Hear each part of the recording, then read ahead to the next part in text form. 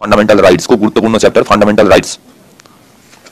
12 থেকে 35 নম্বর ধারা পার্ট 3 তে এই কনস্টিটিউশনের স্থান দেওয়া হয়েছে, এই ফান্ডামেন্টাল রাইটস এর স্থান দেওয়া হয়েছে। এটাকে বড় করা হয়েছে কনস্টিটিউশন অফ ইউএসএ থেকে। কনস্টিটিউশন ইউএসএ তে এটাকে বলা হয় বিল অফ রাইটস, আমরা এটাকে বলি ফান্ডামেন্টাল রাইটস, কিন্তু ইউএসএ তে এটাকে বলা হয় বিল অফ রাইটস। ইউএসএ তে এটাকে বলা হয় বিল অফ রাইটস।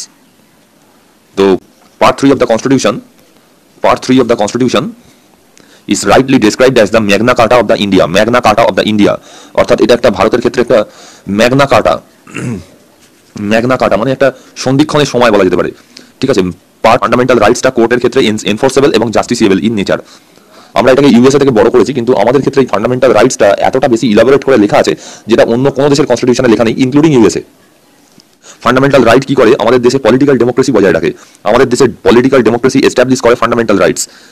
অর্থাৎ দেশে যে এককেন্দ্রিকতা বা এক নায়কতন্ত্র এইটা এখানে প্রতিষ্ঠিত হতে দেয় না। কোনো সরকারই এক নায়কতন্ত্রের মনোভাব নিতে পারবে না, কারণ হচ্ছে এখানে ফান্ডামেন্টাল রাইটসটাকে তাকে বজায় রাখতেই হবে। অর্থাৎ স্টেট যদি কখনো কোনো ইন্ডিভিজুয়াল পিপলকে কখনো তার সম্মানাদি করতে চায় বা তার পার্সোনাল লিবার্টিতে হস্তক্ষেপ করতে চায়, তখন তাকে বাধা দেয়। গভর্নমেন্ট অফ লজ, আইনের শাসন তৈরি করতে হবে, কোনো মানুষের শাসন নয়। অর্থাৎ কোনো একটা প্রধানমন্ত্রী বা কোনো বিশেষ কোনো মন্ত্রীর শাসন নয়, ঠিক আছে, অটোক্রেটিক শাসন নয়। ফান্ডামেন্টাল রাইটটার নাম দেওয়া হয়েছে কেন? They are guaranteed and protected by the constitution. Fundamental রাইটসটা কি করে? দেশের নাগরিকদের জন্য অলরাউন্ড ডেভেলপমেন্টে সাহায্য করে, material, intellectual, moral and spiritual, সব রকমের। এখানে ফান্ডামেন্টাল রাইটসটা কি করে? ফান্ডামেন্টাল রাইটসটা অলরাউন্ড ডেভেলপমেন্টে কাজ করে, সাহায্য করে, material, intellectual, moral and spiritual, এমনকি স্পিরিচুয়াল ডেভেলপমেন্টেও কিন্তু ফান্ডামেন্টাল রাইট সাহায্য করে। কারণ হচ্ছে এই যে ধর্মীয় স্বাধীনতার অধিকার, তো ধর্মীয় অধিকারটা তোরা স্পিরিচুয়ালি হবে। 7টা ফান্ডামেন্টাল রাইট ছিল অরিজিনাল কনস্টিটিউশনে। রাইট টু ইকুয়ালিটি, আর্টিকেল 14 থেকে 18, রাইট টু ফ্রিডম 19 থেকে 22, রাইট এগেন্স্ট এক্সপ্লয়টেশন 23 থেকে 24, right two freedom of religion 25 থেকে 28, and cultural and educational rights 29 থেকে 30, কালচারাল অ্যান্ড এডুকেশনাল রাইটস 29 থেকে 30, রাইট টু প্রপার্টি 31 নম্বর আর্টিকেল, রাইট টু প্রপার্টি 31 নম্বর article, right to constitutional remedies 32 নম্বর, right to constitutional remedies that is 32 নম্বর। 1978 সালে 44তম amendment হয়েছিল, সেইখানে ওই রাইট টু প্রপার্টি অ্যাক্টটাকে ডিলিট করে দেওয়া হয়েছে। এটা legal rights under the article 300A in part 12 of the constitution. So at present there are only 6 fundamental rights. They are not absolute but qualified. They can impose reasonable restriction on them. How এটাকে violet করা হয় তাহলে সেখানে জাস্টিসিয়েবল, সেটা কোর্টে move করা যেতে পারে, ঠিক আছে। ফান্ডামেন্টাল রাইটস যদি ভায়োলেট করা হয় তাহলে কোনো ব্যক্তি সরাসরি সুপ্রিম কোর্টে চলে যেতে পারে এবং সেখানে কেস ফাইল করতে পারে, অ্যাপিল করতে পারে জাজমেন্টের জন্য। দে আর নট, রাইটগুলো পার্মানেন্ট নেচার নয়, এগুলোকে কার্টেল করা যেতে পারে, এগুলোকে কাটছাট করা যেতে পারে। কাটছাটটা কে করে? কাটছাটটা করে হচ্ছে পার্লামেন্ট করে কাটছাটটা, ঠিক আছে। আর ডিসাইড করে কে এটা যুক্তিযুক্ত কি যুক্তিযুক্ত নয় সেটা করে হচ্ছে সুপ্রিম কোর্ট। অর্থাৎ কার্টেলটা যুক্তিযুক্ত নয় সেটা করে সুপ্রিম কোর্ট।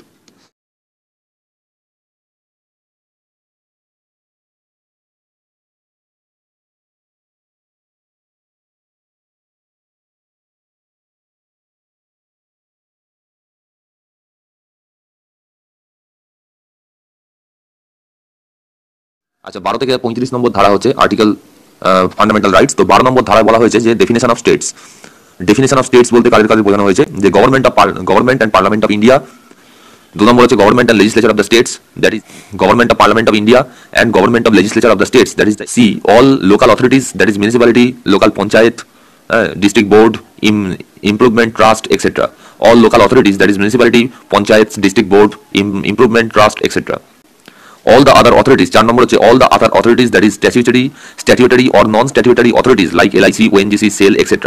অর্থাৎ 4 নম্বর বলছে কি all the authorities, অর্থাৎ দেশের হয়ে যারা কাজ করে, রাষ্ট্রের হয়ে যারা কাজ করে তারা সবাই হচ্ছে গভর্নমেন্ট। গভর্নমেন্টের হয়ে যারা কাজ করে তারা সবাই হচ্ছে গভর্নমেন্ট।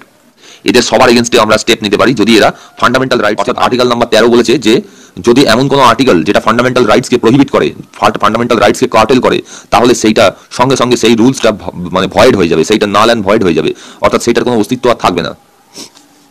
যদি ফান্ডামেন্টাল রাইটের সাথে যদি কেউ কন্ট্রাডিক্ট করে কোনো আইন, ধরা যাক পার্লামেন্ট নতুন কোনো আইন আনছে এবং সেই আইনটা ফান্ডামেন্টাল রাইটের সাথে কন্ট্রাডিক্ট করছে, আর্টিকেল নাম্বার 13 বলেছে যে তাহলে সেই মানে সেই লটা কি হয়ে যাবে, সঙ্গে সঙ্গে সেটা নাল অ্যান্ড ভয়েড হয়ে যাবে।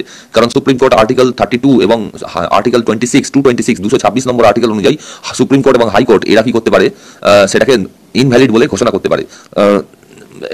অনেক সময় দেখা যায় যে যখন লোকসভা চলছে না বা যখন কোনো আইনসভা যখন চলছে না, বিধানসভা যখন চলছে না, তখন দেখা যায় যে সরকার অর্ডিন্যান্স আনে, সেটাও একটা রুলস, টেম্পোরারি রুলস। তো সেক্ষেত্রেও এই রকম কিছু হতে পারে। অর্থাৎ ফান্ডামেন্টাল রাইটসকে যেই কন্ট্রাডিক্ট করবে সঙ্গে সঙ্গে সেই নাল অ্যান্ড ভয়েড হয়ে যাবে। বলেছে যে কনস্টিটিউশনাল অ্যামেন্ডমেন্টটা কোনো ল নয়, সাধারণ কোনো ল নয়, সেই জন্য কি হবে না, সেই জন্য কনস্টিটিউশন কিন্তু অ্যামেন্ডমেন্ট করা যেতে পারে, সেইটাকে কিন্তু চ্যালেঞ্জ করা যাবে না। অর্থাৎ কনস্টিটিউশন অ্যামেন্ডমেন্ট করে যদি এটা করা হয় তাহলে কিন্তু সেটাকে সেটা আর্টিকেল 13 এর সঙ্গে কন্ট্রাডিক্ট করবে না। 14 থেকে 18 নম্বর ধারা অনুযায়ী বলছে রাইট টু ইকুয়ালিটি। সেখানে কি কি রয়েছে একটু দেখে নেওয়া যাক। সেখানে বলছে equality before the law and equal protection of law. Equality before law and equal protection of law article 14। Equality before law and equal protection of law article 14।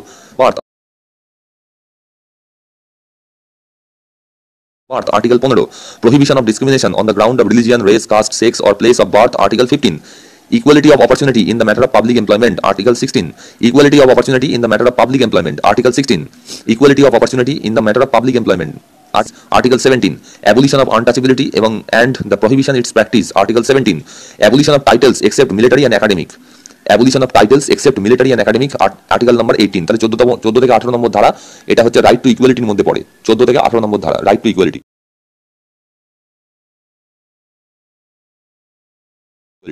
Right two freedom article 19 to 22। Right two freedom স্বাধীনতার অধিকার 19 থেকে 22 নম্বর ধারা। কটা freedom রয়েছে? 6টা freedom রয়েছে। Speech and expression, assembly, association, movement, residence and profession. Choosing profession বা selecting profession. Regarding the freedom of speech, expression, assembly, association, movement, residence and profession. একটা শর্টে মনে রাখা যেতে পারে। স্পিচ অ্যান্ড এক্সপ্রেশন তো আছেই, এর সঙ্গে কি অ্যাস অর্থাৎ গাধা, অ্যাসোসিয়েশন, অ্যাসেম্বলি এবং অ্যাসোসিয়েশন। তাহলে অ্যাস রয়েছে, অ্যাস মানে গাধা। তাহলে গাধার মতো ঘুরে, ঘুরে মানে মুভমেন্ট, ঠিক আছে। গাধার মতো ঘুরে থাকার জায়গা খুঁজে পাওয়া গেল না এবং চাকরিও খুঁজে পাওয়া গেল না। তাহলে গাধার মতো ঘুরে থাকার জায়গাও পাওয়া গেল না এবং চাকরিও পাওয়া গেল না। এইটুকু মনে রাখা যেতে পারে যে গাধার মতো মানে অ্যাসেম্বলি, অ্যাস রয়েছে তাহলে অ্যাসেম্বলি অ্যাসোসিয়েশন, গাধা অ্যাস রয়েছে তাহলে অ্যাসেম্বলি অ্যাসোসিয়েশন, ঘুরে মানে মুভমেন্ট, ঠিক আছে। রেসিডেন্স মানে থাকার জায়গা এবং হচ্ছে চাকরিও পাওয়া গেল না মানে প্রফেশন। তাহলে এইটা মনে রাখা যেতে পারে এই 6টা রাইটসকে মনে রাখার জন্য। তারপর আর্টিকেল 20, প্রোটেকশন অর্থাৎ যারা দোষী সাব্যস্ত হয়েছে তাদেরকে কিন্তু যা খুশিভাবে শাস্তি দেওয়া যায় না, তো সেইটাই আর্টিকেল 20-তে বলা হয়েছে। সিতে হয়েছে প্রোটেকশন অফ 21 অর্থাৎ জীবনের অধিকার, protection of life and personal liberty. Protection of life অর্থাৎ জীবনের অধিকার এবং পার্সোনাল লিবার্টি মানে হচ্ছে ব্যক্তিগত স্বাধীনতার অধিকার। Right two elementary education article 20A, এটাকে পরে সংযোজিত করা হয়েছিল 2002-এ 86তম অ্যামেন্ডমেন্ট করে।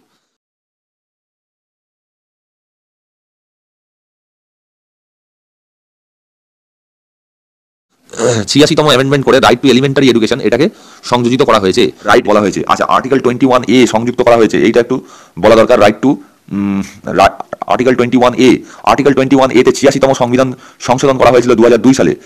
2002 সালে 86তম সংশোধন করা হয়েছিল। সেখানে আর্টিকেল 21-এর মধ্যে 21A বলে একটা আর্টিকেল যোগ করা হয়েছে। এখানে হয়েছে যে কি এখানে এডুকেশন ফর অল এইটাকে যুক্ত করে দেওয়া হয়েছে। 8 থেকে 14 বছর বয়সে ছেলেমেয়েরা তারা পড়াশোনা করতে পারবে, এটা তাদের পড়াশোনা শিক্ষার অধিকার, এইটাকে যুক্ত করা হয়েছে আর্টিকেল 21A-তে। সিটিজেন্সের রাইটে এটা একটা রিভলিউশন, সেকেন্ড রিভলিউশন বলা যেতে পারে। সিটিজেন্স রাইটের ক্ষেত্রে এটা একটা second revolution, the dawn of the second revolution in the citizens chapter rights. তো এটাই হচ্ছে এডুকেশন ফর অল। এর আগে কিন্তু এটা ওই ফ্রি অ্যান্ড কম্পালসারি এডুকেশনটা কিন্তু মৌলিক অধিকার ছিল না, এখন সেটা মৌলিক অধিকার হলো। এটা আর্টিকেল 45-এ ছিল পার্ট 4-এ, তখন এটাকে এর এগেনস্টে কোনো কোর্টে মামলা করা যেত না, কিন্তু এটা একটা জুডিশিয়াল প্রসিডিংস করা যাবে কারণ এটা এখন একটা মৌলিক অধিকার হয়েছে। এছাড়াও parliament right two education act RTE act 2009 সালে তৈরি করেছে। এর এগেনস্টে article RTE act right of children to free and compulsory education, RTE act বলা হয়, 2009 সালে এটা তৈরি করেছে। RTE act right two education act 2009 সালে এটা তৈরি করেছে। Protection against arrest and detention article 22 protection against arrest and detention অর্থাৎ শাস্তি দেওয়ার সময় শাস্তি যাকে দেওয়া হচ্ছে আর কি তারও কিছু প্রোটেকশন দেওয়ার কথা সংবিধানে বলা হয়েছে। যাকে অ্যারেস্ট করা হচ্ছে তাকে যথেচ্ছভাবে শাস্তি দেওয়া সম্ভব নয়, যায় না, তো তারও কিছু প্রোটেকশন রয়েছে, একজন অপরাধীরও প্রোটেকশন রয়েছে। 23 থেকে 24 রাইট এগেনস্ট এক্সপ্লয়টেশন আর্টিকেল 23 থেকে 24। এবার আর্টিকেল 23 অর্থাৎ ফোর্স লেবার অর্থাৎ বেকার খাটানো কাউকে যাবে না, সেইটা এখানে বলা হয়েছে। Prohibition of traffic in human beings অর্থাৎ মানব পাচার করা যাবে না, এবং হচ্ছে ফোর্স লেবার বা বাউন্ডেড লেবার মানে যাকে বলা হয় যে বেকার খাটানো, সেইটাও করা যাবে না। আর্টিকেল 24 কি বলছে? শিশু শ্রম নিরোধক আইন। এছাড়া right two freedom of religion article 25 থেকে 28। Right two freedom of religion 25 থেকে 28, ধর্ম বিস্তার করা যেতে পারে, প্র্যাকটিস করা যেতে পারে, ফ্রিলি করা যাবে আর্টিকেল 25। তাহলে article number 26 freedom to manage religious affairs. Religious affair মানে ধর্মীয় যে উৎসবগুলো সেগুলো ম্যানেজ করা যেতে পারে। তারপর ট্যাক্স মানে হচ্ছে আগে ধর্মের জন্য বিভিন্ন রকম ট্যাক্স ছিল, যখন মুসলমান শাসকরা যখন ছিল তখন তারা জিজিয়া কর বা অন্যান্য কর বিভিন্ন সম্প্রদায়ের জন্য চালু করেছিল, ঠিক আছে, এবং মুসলমানদের জন্য জাকাত কর এইসব ছিল। তো রিলিজিয়াস অ্যাফেয়ার্সগুলোকে ম্যানেজ করার জন্য কোনো রকম ট্যাক্স দিতে হবে না, তো সেইটা একটা ধারা, এটা হচ্ছে আর্টিকেল 27। মানে ইনস্টিটিউশনগুলোতে ওই ধর্মীয় আচরণগুলো জন্য কেউ কাউকে বাধ্য করতে পারবে না। তাহলে এটা একটা অনেকগুলো আছে 25 থেকে 28 নম্বর দ্বারা 4টে রুল। এটাকে মনে রাখা যেতে পারে এরকমভাবে যে ধর্মের জন্য, ধর্ম বিস্তারের জন্য হচ্ছে উৎসবের প্রয়োজন। উৎসবের টাকা করমুক্ত হলেও শিক্ষা প্রতিষ্ঠানে দেওয়া যাবে না। এইভাবে আমরা এই 4টে আর্টিকেলকে মনে রাখতে পারি।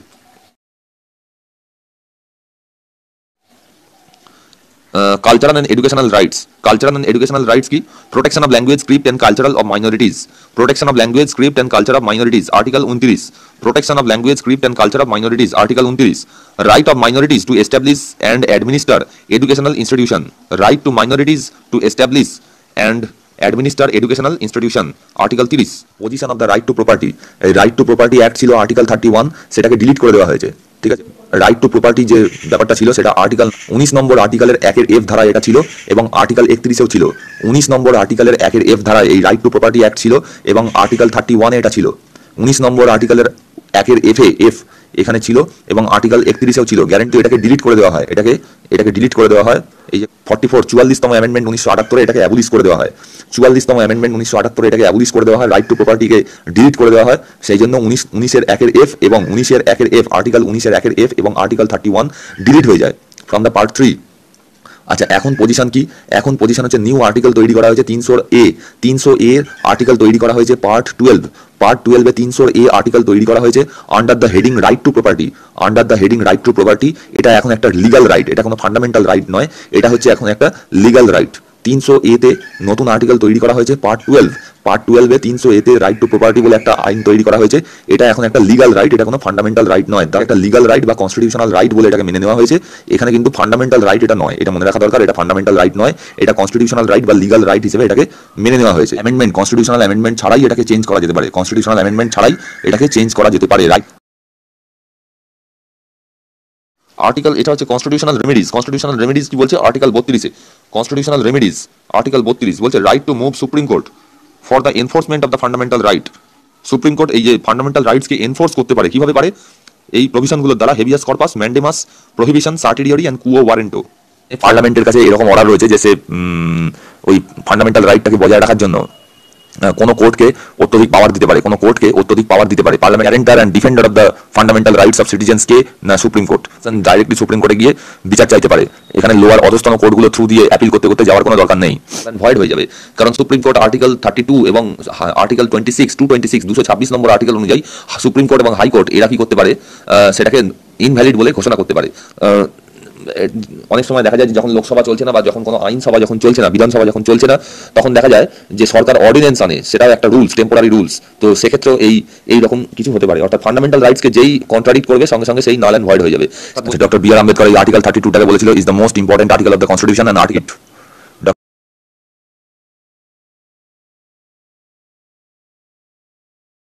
33 power of parliament to modify the rights conferred this part of the application of the Armed Forces Special Act। ঠিক আছে, power of the parliament to modify the rights conferred by the part in their application to the forces etc। অর্থাৎ ফোর্সেসের ক্ষেত্রে fundamental right কতটা বজায় থাকবে arm ফোর্সেসের পাবলিকদের ক্ষেত্রে, সেইটা 33 নম্বর দ্বারায় বলা হয়েছে।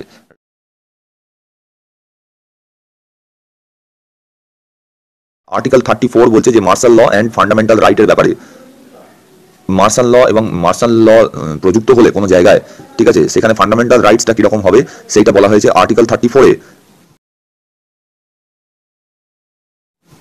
পার্লামেন্ট 35 নম্বর দ্বারা বলছে legislation to give effect to the provisions of this part। 35 নম্বর দ্বারা legislation to give effect to the provisions of this part। তো আজ কিছু ফান্ডামেন্টাল রাইটস আছে যেটা ফরেনারদের জন্য আছে, আবার সিটিজেন্সদের জন্য আছে। তো শুধুমাত্র সিটিজেনদের জন্য অর্থাৎ ভারতের যারা নাগরিক তাদের জন্য যেসব ফান্ডামেন্টাল রাইটসগুলো অ্যাভেলেবেল সেইগুলো এইখানে বলা হচ্ছে। শুধুমাত্র ইন্ডিয়ান সিটিজেনদের জন্য কোন ফান্ডামেন্টাল রাইটস রয়েছে? Prohibition of discrimination on the ground of religion, race, caste, sex, place of birth.